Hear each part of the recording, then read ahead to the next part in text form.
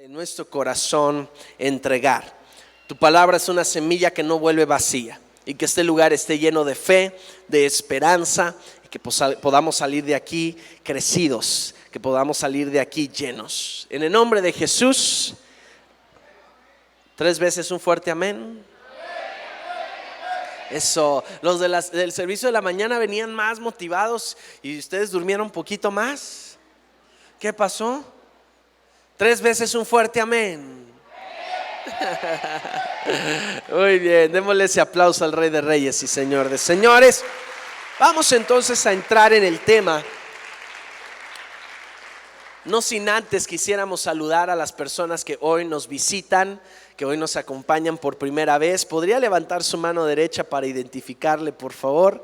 Habrá alguien que nos visita hoy, queremos saludarle, identificarle. Hay algunas manos de este lado izquierdo. Habrá alguien más que nos acompañe el día de hoy. Pues bienvenidos, por favor siéntanse en casa. Nuestros anfitriones por ahí quieren llevarles un detallito y que ustedes se puedan sentir bien. Que ese aplauso valga la pena, que los haga sentir en casa. Sean bienvenidos. Muy bien, no veo nada de malo. Hemos estado repasando el día de hoy lo que vimos hace el primer domingo, el domingo pasado, y veremos el día de hoy.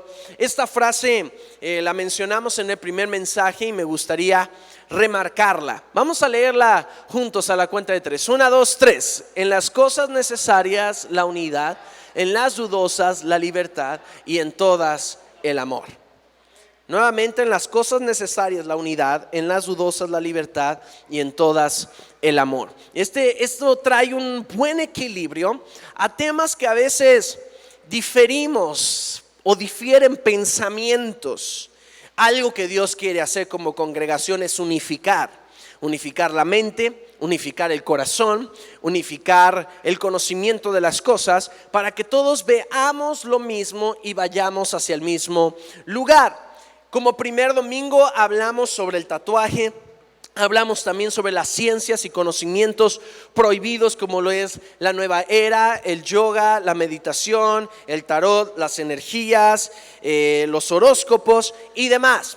Fue muy bueno, hemos recibido buenos testimonios, hemos recibido testimonios de personas que, siendo cristianas, esto les ayudó a tomar mejores decisiones.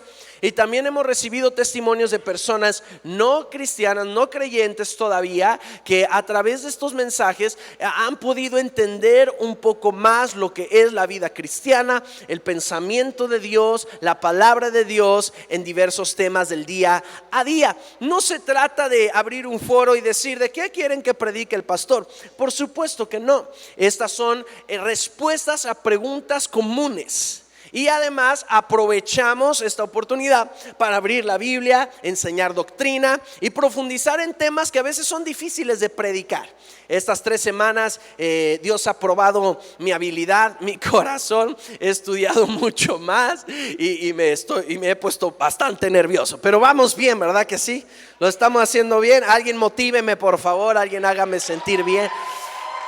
Alguien dígame: venga, pastor, tú puedes. Como buenos mexicanos, sí se puede, sí se puede. El apóstol el domingo pasado habló sobre el pecado, nos animó a tener una vida santificada, consagrada al Señor. Fue increíble también. Vamos a entrar a la primera de 3 preguntas. Espero ser lo suficientemente ágil y concreto en todas las respuestas y la enseñanza que vamos a recibir el día de hoy. Pregunta número 1: ¿puedo dar mi diezmo de otra forma que no sea económica? ¿Alguien conoce a un primo del hermano, del tío, del vecino que alguna vez se ha hecho esa pregunta? Ahora, tenemos una iglesia muy firme en esta convicción. Tal vez empiezo con la pregunta incorrecta. La segunda pregunta que más adelante contestaré tal vez es más sonada entre nosotros, pero le queremos poner bases sólidas a este principio. La realidad es que la respuesta de esta pregunta depende del corazón de quien hace la pregunta. Si tú lo preguntas o alguien lo pregunta porque ha visto abusos en las iglesias, Pastores siendo enriquecidos a costa de otros. Te has dejado llevar por corrientes, pensamientos, comentarios, videos en YouTube, comentarios en redes sociales, en donde son cosas totalmente absurdas, como poner la foto de la casa, de la mansión del pastor, la casa del hijo del pastor, que es poquita más pequeña solamente, y la casita del que diezma y ofrenda. Y es totalmente absurdo, porque quien tiene una casa humilde no diezma como para poder tener esos autos y esas casas lujosas. Pero el corazón de este tipo de personas que dedican tiempo no nada más para hacer el comentario, sino dedican tiempo para editar un video, dedican tiempo para abrir un programa de diseño gráfico y meterle texto a unas imágenes. No tienen nada que hacer, que mejor se pongan a servir en su iglesia, por favor. Y son comentarios que añadidos unos a otros empiezan a envenenar el corazón, crean un ambiente de inseguridad, del cual muchas veces los cristianos lamentablemente somos parte. En su mayoría aquellos que van comenzando, que no conocen mucho o no se les ha resuelto este tipo de cosas convenientemente sus congregaciones. Si tú me dices que ves abuso y por eso haces la pregunta, tengo una respuesta para esa pregunta. Pero si tú me dices que la pregunta lo haces porque te quedaste sin dinero, porque no tienes trabajo en este momento, entonces tengo una respuesta para esa pregunta en particular. Antes vamos a poner las bases correctas del diezmo, porque hoy en día tú entras a Google y ves un sinfín de posturas del por qué el diezmo no es vigente para el tiempo de hoy. Y la mayoría dice que el diezmo no es vigente en este tiempo porque el diezmo fue una ley del Antiguo Testamento y ahora estamos en el Nuevo Testamento después de Jesús y no encuentro el mandamiento del diezmo allí. Yo quiero recordarte el pasaje de Pablo a la iglesia de Corinto. Segunda carta de Corintios capítulo 9 versículo 7 dice: cada uno dé como propuso en su corazón. ¿Cuántos han leído este pasaje antes? No con tristeza o por necesidad, porque Dios ama al dador. Al menos esa última parte si no la sabemos, ¿verdad? Porque Dios ama al dador alegre. Ahora, es muy triste que la mayoría de las personas que salen con esta postura de que no, es que es del Antiguo Testamento y ahorita en el Nuevo tampoco, ya no aplica, son personas que nacieron en una iglesia cristiana, que por la cantidad de años que llevan en este ambiente, porque conocen las fortalezas y las debilidades, han trabajado, se han relacionado con gente buena, pero también con gente no buena dentro de las iglesias, terminan por abrazar, por defender, por proponer esta postura de que no hay que diezmar. Entonces dicen, pero no diezmo, pero doy al desayunador de mi colonia para los niños, y ahí es donde diezmo. Y empiezan a buscar alternativas para justificar su postura, pero mayormente esa postura es por resentimiento, porque han sido lastimados. Quiero decirte el día de hoy que si tú has sido alguna vez lastimado, conoces a alguien que ha sido lastimado, Dios quiere sanar tu corazón a través del buen testimonio de una iglesia que teme al Señor en la administración de las finanzas. Date la oportunidad, créele a Dios. Escucha, no lo haces para el hombre, lo haces para Dios, y Dios es un Dios que no miente, que cumple y recompensa tu obediencia. Alguien dígale: Jesús, yo quiero creer en ti. Date una oportunidad.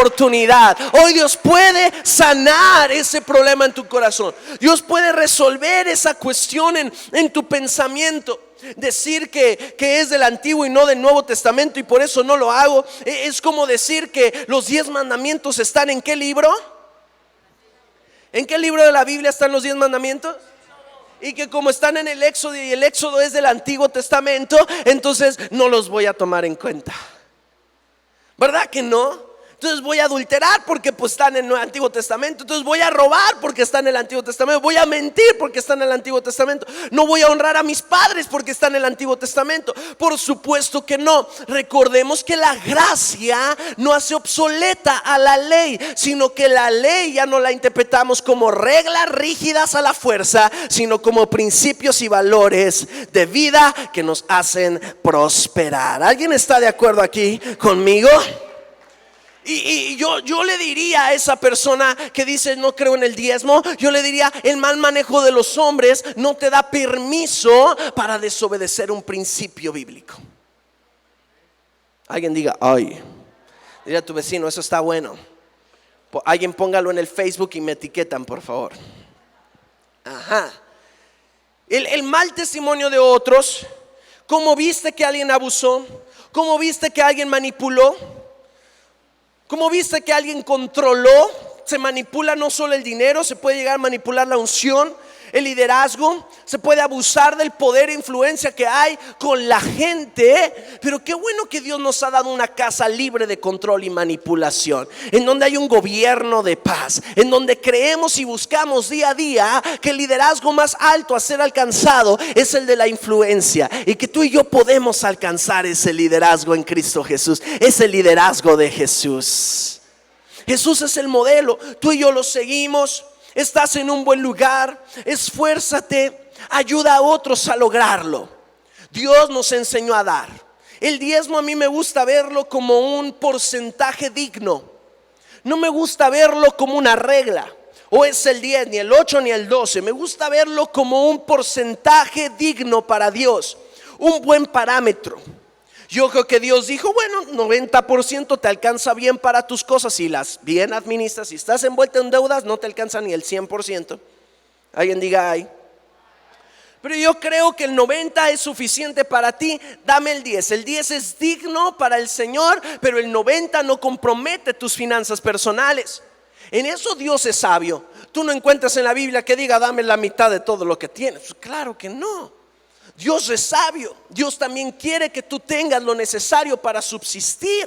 Dios también quiere que tú tengas lo necesario para vivir. Así que el 10% es un buen sistema de medición. Es un buen tabulador, es un porcentaje digno para dárselo a Dios. Me parece que es una medida que nos guarda a ti y a mí de dar algo que no sea ni menor a lo que es digno, ni mayor y que comprometa nuestras finanzas personales. Me parece que así deberíamos ver todos el tema del diezmo. ¿Cuántos lo ven así aquí presentes y dicen: lo he entendido y lo he practicado y me ha sido bien para mi vida? ¿Cuántos quieren ponerlo por práctica? Que digan: a partir del día de hoy yo quiero ponerlo por práctica. Le damos un aplauso fuerte a Jesús. Él no nos dio un diezmo, Él nos dio a su Hijo unigénito para que todo aquel que en Él crea no se pierda, mas tenga vida eterna. Amén, a eso. Él nos dio todo, nos dio a su Hijo en la cruz del Calvario. Y por esto, por haber alcanzado nosotros la salvación, el perdón de la gracia maravillosa del Señor Jesucristo, tú y yo nos convertimos en deudores. Y tú y yo podemos vivir agradecidos, pagando día a día todo lo que Dios ha hecho por nosotros. Me encanta cuando Pablo pone por ejemplo de esto a los macedonios. Y yo quiero que levantes tu mano derecha y repitas conmigo. Esto está en Corintios 8, 1 al 5, pero parafraseado dice lo siguiente. Arriba la mano derecha, diga conmigo: en grande prueba. Más fuerte, vamos, somos suficientes aquí para hacer más ruido. En grande prueba, en propia pobreza, conforme a mis fuerzas, aún sobre mis fuerzas, aún sobre mí mismo. Ajá. Aunque esté en prueba y aún en mis fuerzas, o sobre mis fuerzas, o sobre mí mismo, los macedonios aprendieron a dar. Necesitamos más macedonios hoy en día. ¿Habrá algún macedonio aquí? Alguien que diga: no, yo soy mexicano. Sí, yo sé que eres mexicano. ¿Habrá alguien que le vaya a las Chivas aquí? Amén, gloria a Dios. ¿Habrá alguien salvo por gracia aquí? Habrá alguien que puede decir: yo quiero ser como ese macedonio, como el pueblo macedonio, que hacía las cosas rectas, que ponía a otros antes que a sí mismo, que daba en sus fuerzas y aún más que sus fuerzas. Qué hermosa vida, aquella que se dedica a otros y no a sí mismo. En resumen, el diezmo, por supuesto, sigue vigente. La palabra nos lo da como una decisión en Lucas 9:23. Si alguno quiere venir en pos de mí, niéguese a sí mismo, tome su cruz cada día y sígueme. Es una decisión. Dile a tu vecino así para que se despierte. Dile: es una decisión. Tú puedes tomar la decisión. Escoge pues el camino del bien y del mal, dice la Biblia. Y si confesares con tu boca. Todo después de la gracia no es a fuerzas. Así que el diezmo, nuestra doctrina cristiana en Iglesia El Vergel, sigue vigente, pero no como una ley que si no la cumples te vas a ir al infierno. Si a mí me preguntas: si no diezmo me voy a ir al infierno, yo te diría: no es el diezmo el que te llevaría al infierno. Podría ser el que robas, el que tienes tu corazón duro, el que no estás dando a nadie, el que te falta generosidad, y eso se suma al orgullo, y el orgullo a la vanidad, y la vanidad a la altivez, y la altivez a la maldad, ¿verdad? Pero hay quienes pueden hasta tener malas intenciones y diezmar, y aún diezmando puede ser que hagan todo bien, todo mal, pero solo diezmen bien. No quiere decir que entonces aseguran su salvación. Hay que cuidar un todo. Levanta tu mano derecha y diga conmigo: me voy a guardar en mi cuerpo, en mi alma y en mi espíritu, en todo, de una manera integral. ¿Es vigente? Sí, mas no es a la fuerza. Tú has comprendido la bendición que es el dar, y lo haces, lo practicas porque reconoces la bendición que vas a obtener a través de eso. ¿Amén o no amén? Levantemos nuestras dos manos y vamos a orar por esto. Padre, danos el corazón correcto, el corazón que tú tuviste al darnos a tu Hijo unigénito. Y no solo lo demostramos, o un fruto de nuestro corazón es diezmar, sino también lo es ayudar al prójimo, al pobre, a la viuda, al huérfano, a nuestros hermanos. Y que seamos como esa iglesia primitiva, que a nadie le sobraba, más a nadie le faltaba. Gracias porque tú nos das ese corazón. Amén, amén y amén. La primera pregunta: no tengo trabajo, puedo dar, puedo diezmar, puedo adorar con mi servicio. Pero por supuesto que sí, claro que sí. Ahora hay personas que me han dicho eso: y quiero venir 3 veces por semana. Vienen 2 veces, 2 semanas y ya se desaparecen, ya no volvieron. Realmente tiene que ser así. Ahora, si tú no le aprendes a dar a Dios cuando no tienes, no le vas a dar a Dios cuando sí tienes. Así que hay que practicar el dar cuando menos tenemos la posibilidad de hacerlo. Ahora, si tienes trabajo y no das, entonces no estás reconociendo quién te puso en el trabajo, de dónde proviene y cuál es la fuente de toda dádiva. Diezmar, ya que es algo que hasta los no judíos hacían en aquel tiempo, que conozco hasta no cristianos que lo hacen, lo practican hoy en día.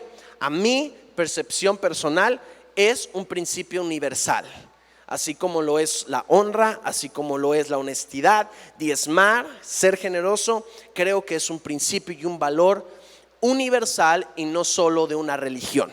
Creo que quien lo practique encontrará beneficio en hacerlo. ¿Amén o no amén? Le damos otro aplauso fuerte a él.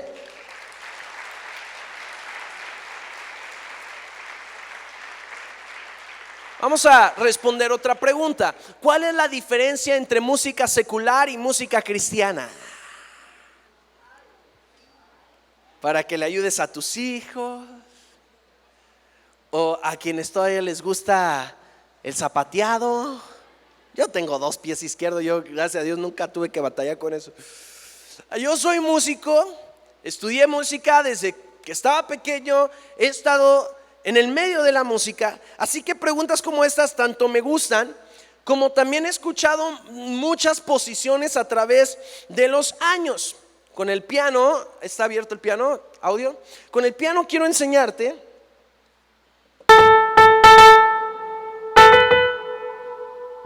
muy bien.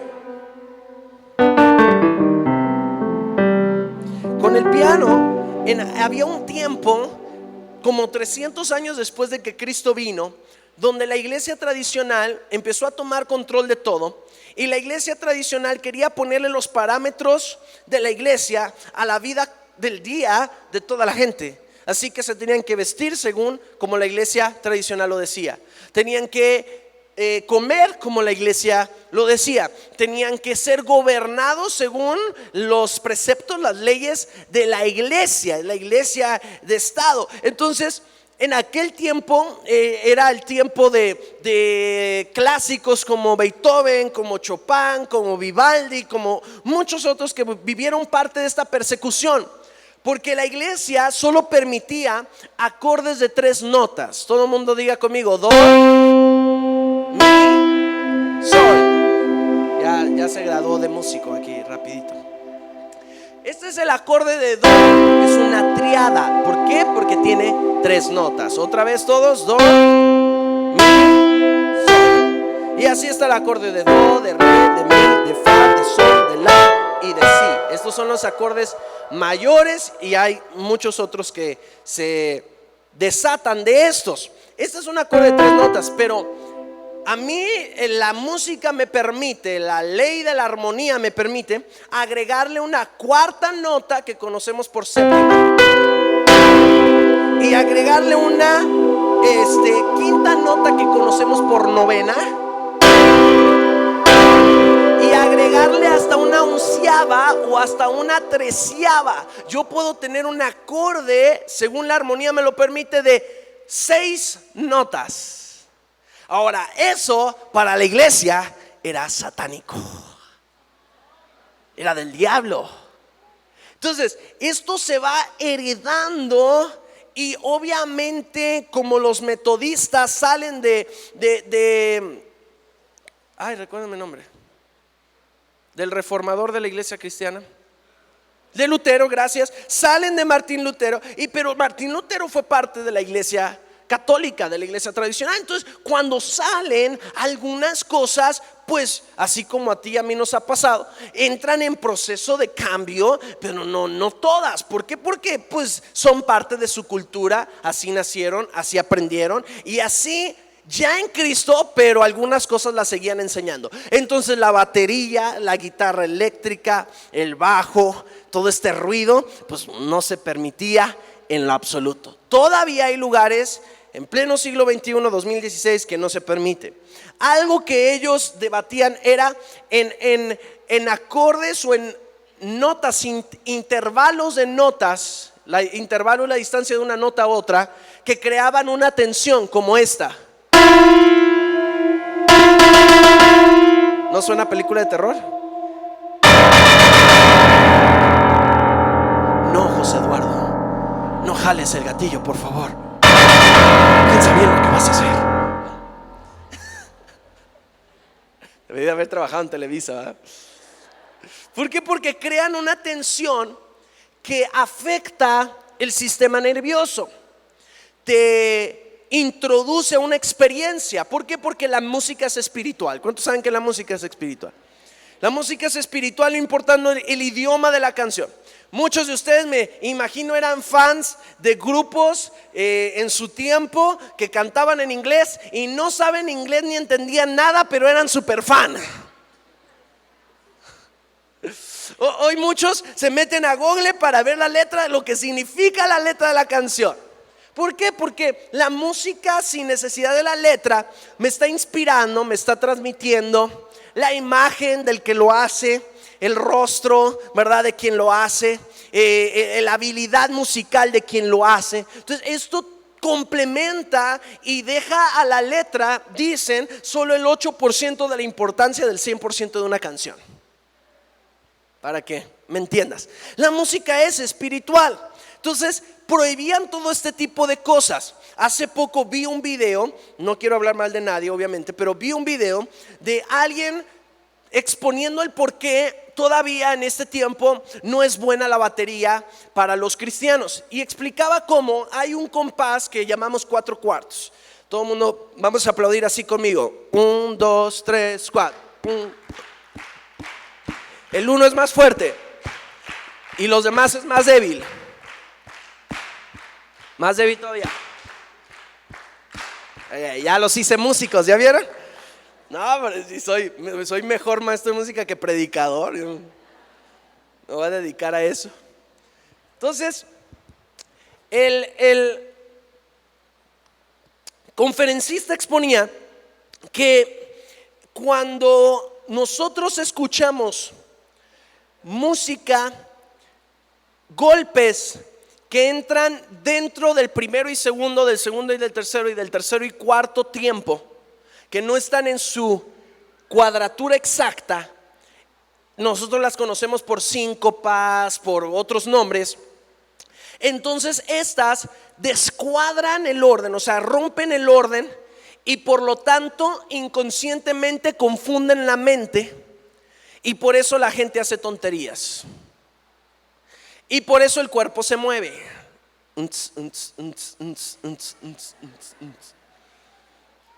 Porque se están proyectando todo.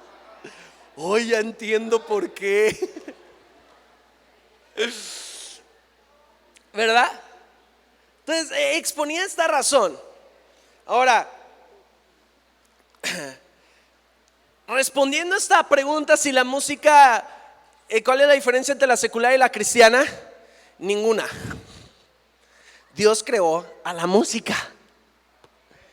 A la música. Dice la Biblia, Dios ha cambiado mi lamento en... Y obviamente tal vez una traducción más actual le va a poner danza, porque así es como el cristiano lo ha identificado en su lenguaje religioso. Pero bailar y danzar es lo mismo. ¿Qué entró haciendo David a Jerusalén con el arca del pacto? Bailando, danzando, y aún haré más vil delante de la presencia del Señor. La diferencia es para quién y por qué danzas. ¿Para quién y por qué y dónde bailas? Y métete a internet para que veas cómo alaban y adoran a Dios en África. No, hombre, mejor que cualquier parranda jalisciense, te lo aseguro. Ve a Nicaragua, no, culebrita y toda la cosa, pero hay salud, hay un ambiente y espíritu diferente. ¿Por qué? Porque es para darle la gloria y la honra a Dios. Es un gozo y una alegría, pero en la presencia de nuestro Salvador. Y ahí está la hermosura de la alabanza y la adoración. Ahí está la pureza de la música. Ahí está en el para quién y por qué la estás tocando. Hola. Saca la música, escucha lo que voy a decir, y aquí viene el resumen de casi todo este punto. Saca a la música del propósito por el cual fue creado y perderá su pureza. La música fue creada ¿para qué? Para alabar y adorar a Dios. ¿Sabes que Luzbel, Lucifer, Satanás, era el músico principal del cielo? Era el director de alabanza del cielo. Entonces, el diablo no es un creador, es un imitador. Él no tiene la capacidad para. Entonces, cuando viene aquí a la tierra, él empieza a transgiversar toda la música para que sea de adoración y alabanza a sí mismo, y no para la razón por la cual fue creada, que es para Jesucristo. Entonces él quiere desviar tu adoración, quiere desviar mi adoración hacia él y no hacia Dios. ¿Qué tipo de música hay? ¿Cuál es la diferencia entonces? Porque en música secular o cristiana ha sido un título que le hemos puesto, así como bailar y danzar. Dices bailar dentro de la iglesia y lo primero que te viene es la fiesta del fin de semana. Dices bailar y lo primero que se te viene es la vecina dándole con todo hasta las 3 de la mañana. Dices danzar y te imaginas la iglesia. Tus amigos de la escuela no vienen y te dicen, oye, vente, vamos al antro a danzar. ¿O sí? Claro que no. porque son nombres, títulos que se le ha dado en un ambiente religioso para separar lo de Dios y lo pagano, lo santo y lo impuro. Ahora, no lo cambies, o sea, no te estoy diciendo que está mal que lo digas. No, si te sientes, ya estás acostumbrado, es tu lenguaje, te ayuda a identificar, dale. O sea, no es que esté mal, tampoco eres fariseo y escriba por hacerlo. Qué religioso eres. No, simplemente entiende que no es un término bíblico tampoco acá, que no lo puedo generalizar, no puedo exhortar a quien lo use diferente. No, es un manejo personal, es una cosa personal. ¿Estás aquí conmigo? Le damos un aplauso fuerte a él.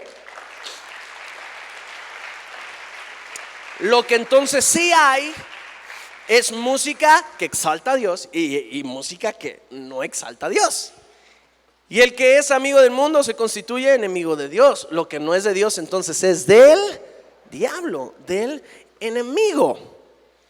¿Qué tipo de música no debo de escuchar? Para ayudar a entender todavía más la pregunta, yo te hago una contrapregunta.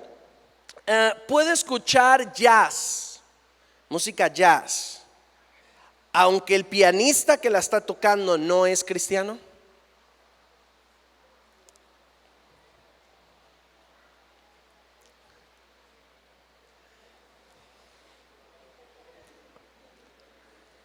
¿Puedo escuchar a Chopin, a Beethoven,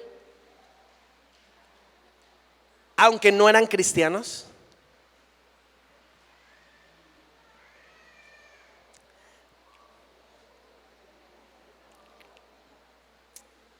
¿Está buena, va? ¿Puedo ir a que me abra y me quite el apéndice un doctor que no sea cristiano?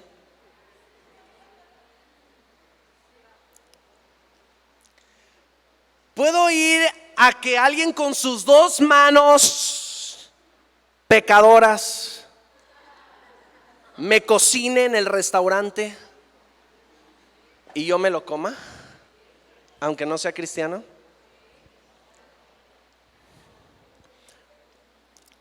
Te voy a decir lo que yo pienso. Lo que yo pienso es que hay cosas que no tienen un trasfondo,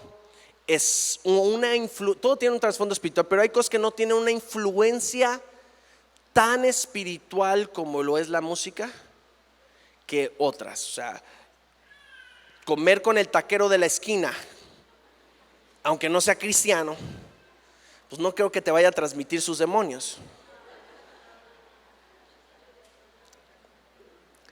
Pero escuchar una música que el cuate la compuso fumándose un churro, pues yo creo que sí. ¿Estás aquí conmigo?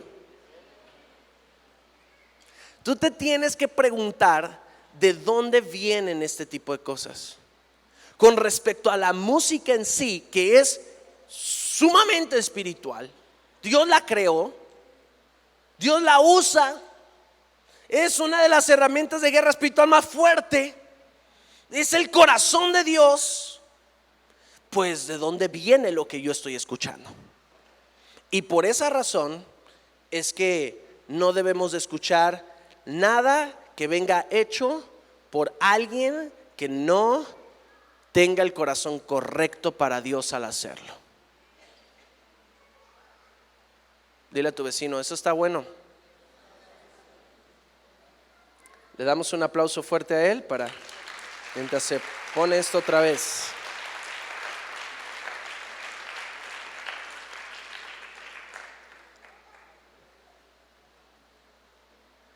Ahora,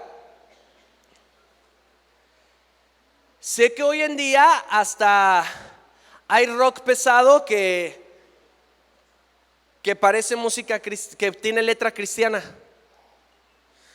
Renuévame, Señor Jesús. No, sí hay. Ya no quiero ser igual.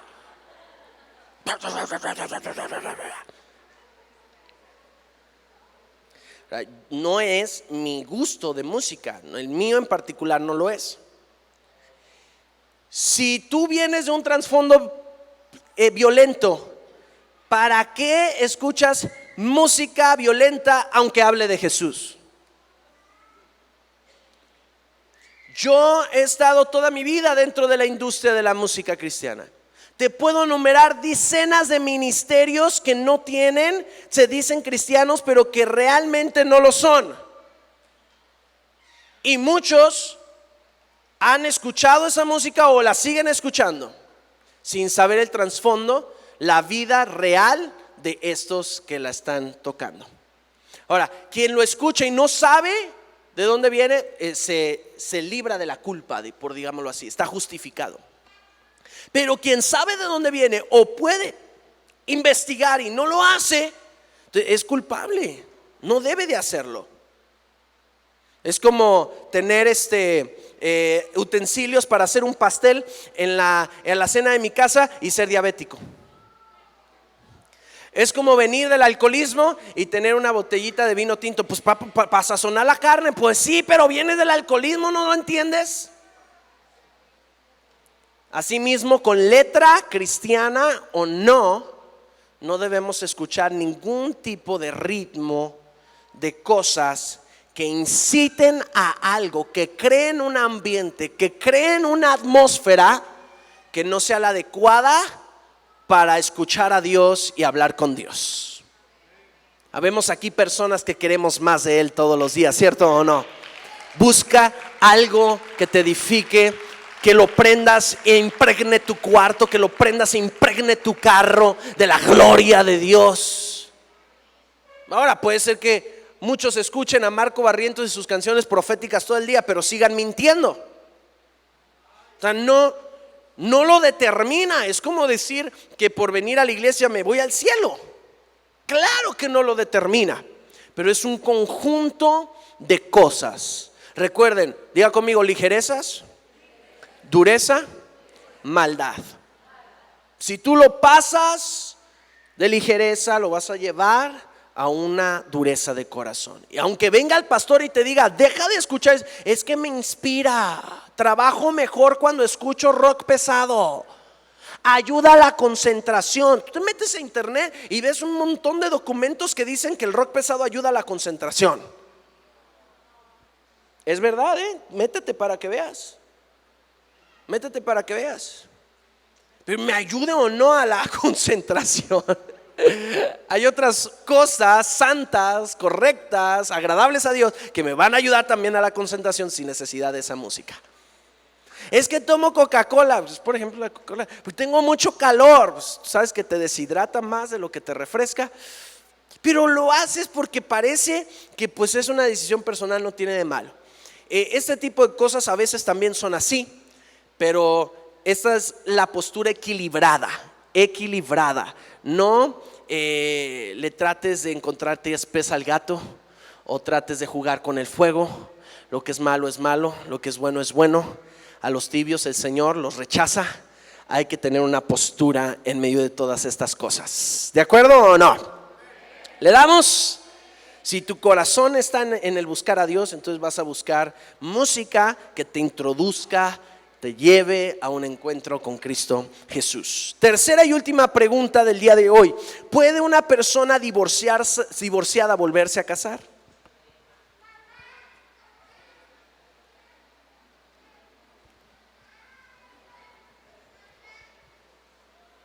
La realidad es que la Biblia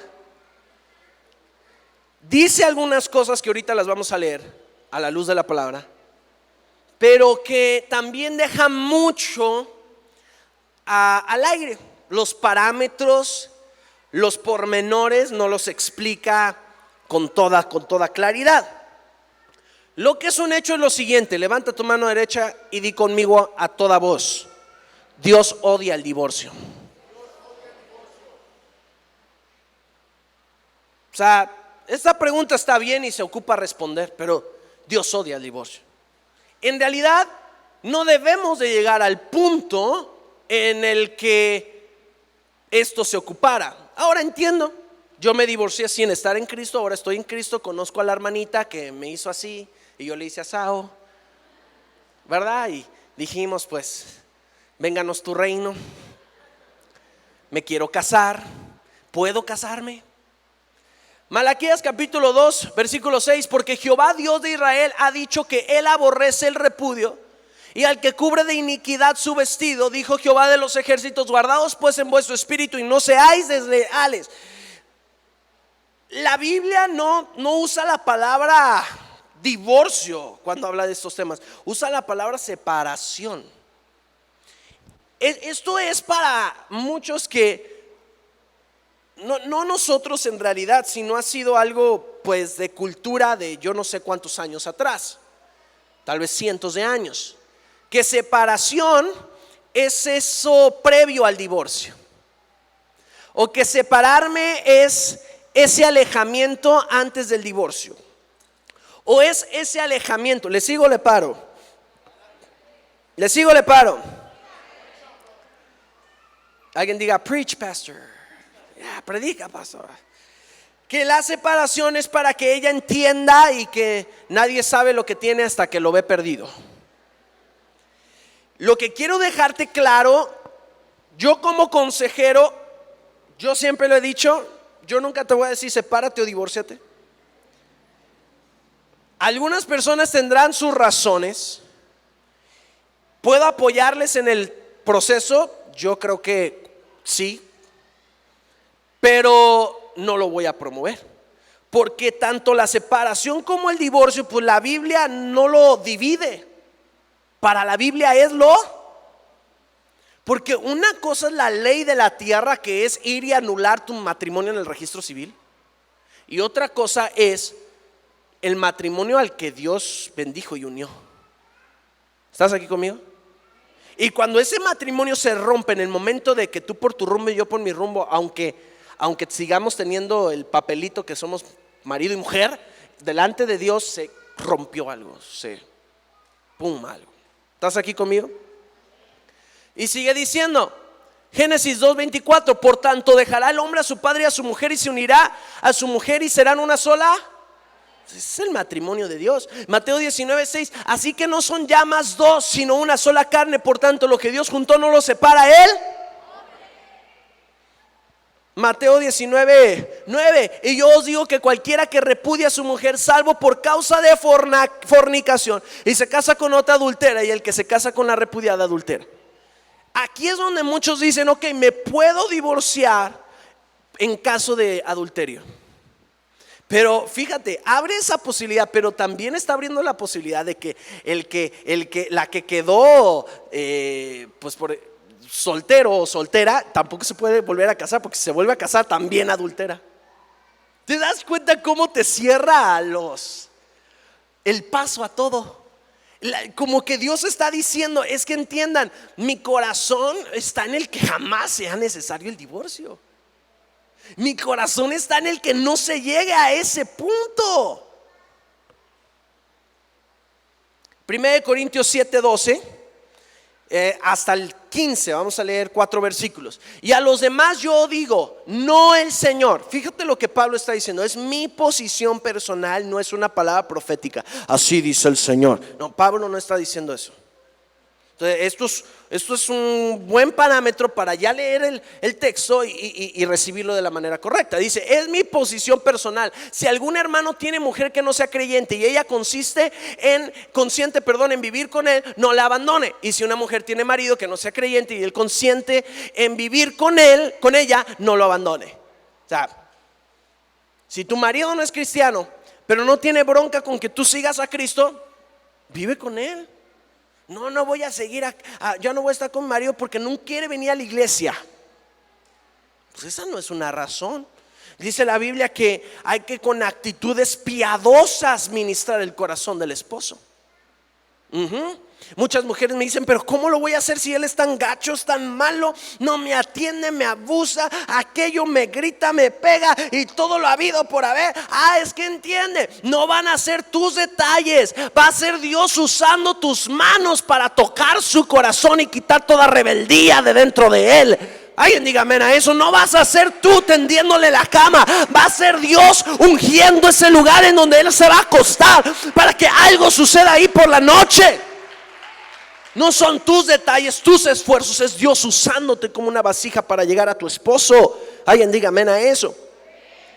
Y sigue diciendo, porque el marido incrédulo es santificado en la mujer y la mujer incrédula en el marido, pues de otra manera vuestros hijos serían inmundos mientras que ahora son santos. Ahora, escucha. Pablo lo dijo de su propia cosecha, no fue una palabra de Dios. Pudo haber sido porque en aquel tiempo se dio la necesidad. Pudo haber sido porque él se cree estuvo casado y en el camino la esposa no quiso. Por eso a él cuando lo llevan a juicio, él dice, tú no tienes en qué ponerme el dedo. Yo en todo soy recto, no he fallado en nada. Y en una de esas cosas era el matrimonio. Y Pablo no se volvió a casar. En eso lo practicó y él no se volvió a casar. Pero sí, pues lo vemos solo en su caminar, en la vida y en el ministerio. Pero tal vez estaba a través de estas palabras dando a entender su corazón de decir, oye, pero pues si no quiere, pues ¿qué puedes hacer? Pero si el incrédulo se separa, pues no está el hermano o la hermana sujeto a servidumbre en semejante caso, sino que en paz nos llamó Dios. O sea que si no quiere nada con Dios y se separa, pues tú tranquilo, en paz. Y yo creo que Pablo lo estaba diciendo mucho por él, porque él quería dar a entender su corazón, explicar el contexto de su vida, de su decisión, del por qué había estado con esposa, pero ahora no lo estaba. Si tú vienes de un divorcio siendo no cristiano, no creyente, y ahora estás en Cristo y quieres volverte a casar, yo te diría, restáurate, alíñate, deja pasar suficiente tiempo, pasa por un proceso de verdadera restauración, que cierres verdaderamente todos esos círculos y entonces vuélvete a casar. Mientras tanto no, porque vas a cargar de un lugar a otro las cosas. Resumen esto, Dios odia el divorcio. Dios es un Dios de misericordia. Músicos, por favor. Y Dios nos llama a todos, Dios no nos llama a todos a permanecer solteros. Y con eso te estoy diciendo que de alguna forma, dentro de los parámetros correctos, culturales, del día al día, de hoy en día, yo creo que puedes volverte a casar. Otra cosa sería que si yo como pastor se me ocurre divorciarme y en 6 meses me vuelvo a casar, ¿crees que sería correcto? Claro que no. Por supuesto que no. Ahí estoy acomodando las cosas a mi beneficio, a mi propio deseo, a mi propio rollo, pero no lo estoy canalizando en el canal correcto. Ahora, creo que hay gente que es divorciada y que Dios llama a quedarse divorciados. Creo eso. Ahora, no me digas, sí, Dios me llamó a quedarme divorciada y tienes 35 años de edad. No haces nada peligroso en tu vida ministerial, pero como odias a los hombres, me voy a quedar soltera. No. Tenemos el ejemplo de Marcelo González, por ejemplo, que es misionero, viaja a diferentes lugares del mundo, muy peligroso. Y él dice, es que si ya tiene casi 50 años, si yo me caso, yo no podría estar haciendo lo que hago en Corea del Norte, en Japón, en China, en la India, en Medio Oriente, sabiendo que alguien me está esperando en casa. No puedo. Por eso creemos que Dios llama a algunos a la soltería, pero no como excusa porque no está sanando tu corazón, no como excusa porque nadie te pela, porque tienes un terrible carácter o porque no haces rico los huevos. Estoy jugando, ¿no? No como excusa de un montón de otras cosas. No, es guardado solamente para algunos. Y me atrevería a decir que es guardado para menos del 1% de la congregación cristiana en el mundo. O sea, es una cosa muy, muy, muy particular. Por eso no podemos generalizar. Así que todo depende. ¿Puedo contestar la pregunta con un sí o un no? Pues no puedo. No puedo contestarla así, pero sí te puedo animar a que cualquier decisión que tú estés tomando o quieras tomar, busques la voluntad de Dios para tu vida, el propósito de Dios para tu vida, lo que Dios está planeando para tu vida, y que no jales a ningún futuro lo no resuelto de tu vida pasada. Y a veces para esto hay que esperar mucho tiempo. Alguien diga conmigo: tengo que trabajar. ¿Cuántos han aprendido algo durante este mensaje? ¿Sí les queda claro? ¿Creen que podemos hacer algo valioso con todo esto? ¿Por qué no nos ponemos de pie? Besa a tu familia, abraza a tu vecino.